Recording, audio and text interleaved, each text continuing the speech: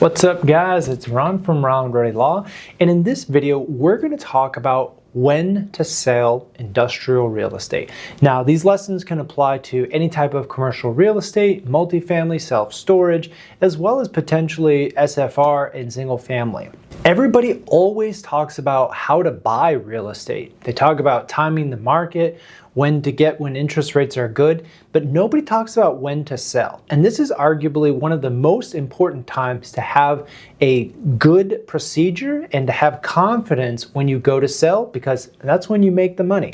In this video, I'm going to break down 3 different frameworks which you can use and apply to your own situation to help you decide if it's time to sell your property. Now, I'm going to talk about low coverage industrial because that's just what I know the most. That's the property that I own, and that's a lot of what this channel is about. So if you're thinking about when to sell, when to buy, watch this video to find out when to sell your low coverage industrial. All right, the first major framework is a pro forma return. And anytime you buy a property, you should be calculating roughly what you think your revenue should be, your expenses, and your NOI. Over time, as you stabilize the property, hopefully you can raise your rent with inflation, your expenses stay below your rent growth, and you're able to produce a higher NOI after 4, 5, 6 years. And your exit cap, which is going to be an assumption, we can't predict the future, but there's some reasonable calculation to say that if we buy this property for, say, $3 million, and after 5 years we're able to exit for $5 million, that's a very good return, and that's something that a lot of people will estimate. So if in 2 or 3 years of owning this property, if somebody comes along and wants to offer you $5 million, there is no harm in selling a property for your pro forma exit in year 5, in year 3. And this happens a lot. I think if you get good buys and if you do great value add right away, you don't even need to hit your income goals or we get some cap rate compression. It's perfectly okay to sell in year 2 if you hit your pro forma returns, because typically you're going to be happy with a 1.8x, a 2x of multiple after 5. Those are great returns. So if you can hit those returns earlier, it's never a bad idea to sell when you hit your pro forma returns.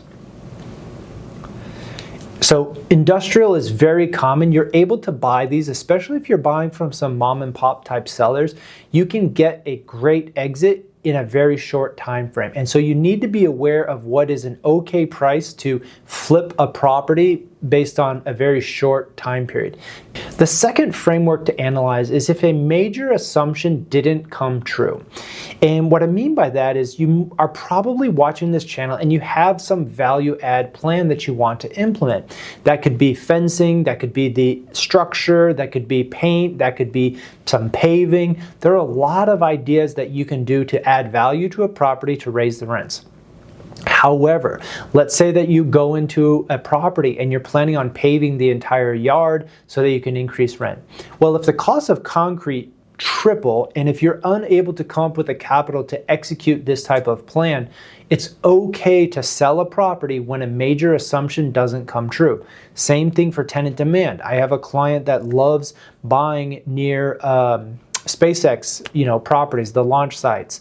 And so he kind of has this thesis of space-related industry, but if these tenants don't materialize, you have to be able to cut your losses, lick your wounds, and move on to the next deal. Hopefully still breaking even or making some money, but when a major assumption doesn't realize, you have to be able to exit quickly and move on to the next property.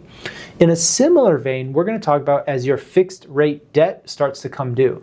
When we're buying this property, we're typically going to recommend you have at least 3 or 5 years of fixed rate debt where you know what your debt service is. It may be a balloon payment at the end of that period, but as you approach the end of that balloon period, you've got to be willing to sell if your income doesn't justify a refinance. Granted, you should have some P&I, so you've paid down your principal, so hopefully your refinance amount is a little bit lower, but it's not a great situation to be in, to be forced to refinance a balloon note, and you should not be taking risks sub 12 months prior to renewal. And what I mean is don't take on that big rehab project. Don't try to replace the roof. Don't try to expand an existing building or kick out a tenant sub 12 months. You need to focus on either selling the property or refinancing it 12 months before the renewal. Don't distract yourself. And so maybe that ends up selling a property before you're able to complete all of your renovation plans. Again, assumptions happen. It's nice to have everything planned out, but real estate is unpredictable. We live in the real world, and so you've got to be flexible and decisive. I think that's the most important takeaway from this framework, is to admit some things didn't happen that you wanted to, but be able to adapt to that and still probably take a little bit of profit, but move on to the next project. Finally, my number 3 framework is never sell. And it's funny that I talk about never selling in a video about when to sell, but for a lot of people, this framework can really provide peace of mind. And the reasons that I like the never sell framework is that it makes a lot of decision making very easy. And for somebody who's doing a million things every single week, I get distracted by too many decisions. And so if you have this approach for low coverage industrial of never selling, if it's infill and good city, when you have decisions about investing more money into a capital improvement project, it's easy to say, yes, invest the money if you're never going to sell, because you're going to get those ROI, you're going to get the return over the next 10, 15, 20 years. You're going to get all that improvement. So any large capital improvements, easy buy, easy buy. Same thing for when people give you unsolicited offers, when brokers call you up and say, your property could be worth X, your property could be worth 10 times what you bought it for. As an owner, you don't have to run the analysis of should I sell if you have already adopted a never sell philosophy. And it's funny, I want to talk about this Wall Street Journal article. Really rich generational wealth in New York City has built an entire 100-year history of being wealthy by never selling their real estate. And I think it's just fascinating. The article talks a little bit about they are selling now, and they're typically selling office buildings, old office buildings with a lack of amenities, no tenants, capital calls for their investors, and they're just in a bad spot because of the asset class and kind of some generational shifts post-COVID. However, the message still stands that if you're buying good quality real estate, if you're buying good quality dirt, you could never sell that if you want to continually adapt and reuse and redevelop your land. So same thing for low coverage industrial.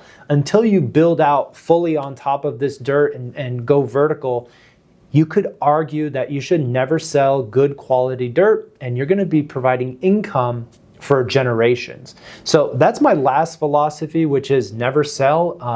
I hope that helps you sleep at night, because really what I take away from this is you're never going to go broke banking a profit. So if you buy something, if you increase the value, and if you're debating whether to sell, you'll never go broke selling it and banking that profit, but you can go broke being greedy. You can go broke adding more leverage and trying to reach for that golden ring and pushing for more money. And that's obviously an internal question, but I really take that philosophy, because whenever I go to under contract to sell, I always second guess myself. I always worry that I'm leaving money on the table. Another fact with the never sell philosophy is that you are going to reduce your IRR. But in practical matters, nobody really cares about IRR if you're generating consistent, stable cash flow. Adopting any one of these frameworks is going to give you peace of mind. So I hope you found this video useful. Check out my other videos on low coverage industrial and keep the shiny side up.